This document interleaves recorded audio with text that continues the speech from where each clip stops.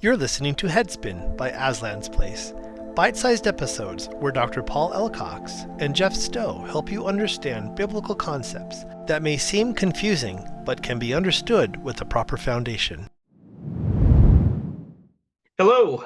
Today on Headspin, we're going to talk about Headspin and why it's designed to make your head spin. Paul, how did the whole concept of Headspin come about?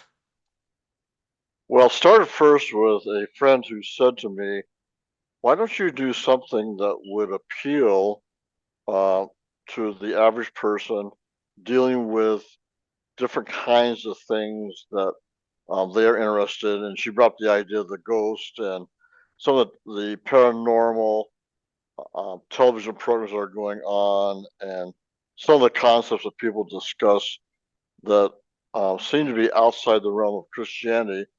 But really, in reality, Christianity does deal with that, and the Bible does address those ideas. So that first came and to me, and I said to her, "Well, why don't you give me some ideas?" Which she did not do.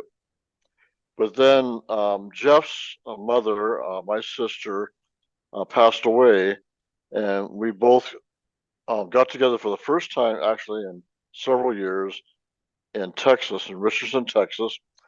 And we were sitting at a barbecue place that I had requested that we eat at. And I remember very clearly, Jeff, we were sitting across from each other, and you said to me, I have this idea. And so, what was the idea, Jeff? Well, Aslan's Place is such a treasure trove of unique material, but it's not easily accessible. And so finding a way for people to sort of access these things and dive in deeper where they would like to. I came up with the idea that Headspin would be a gateway drug into Aslan's Place. I like that term. And so, I think you even came up with the idea, and I immediately realized that was a really fantastic idea. I've been aware as a Baptist pastor, having grown up as a Southern Baptist, becoming an American Baptist, then a youth pastor and pastor, and then moving into this area of spirituality that was so radically different than what I was used to. In all this, I was aware that uh, we're moving to concepts that people think are really supernatural, mysterious, and kind of strange, and perhaps we shouldn't be talking about these things. But in reality, this is all part of the biblical narrative. The Lord certainly exposes all of this in His Word.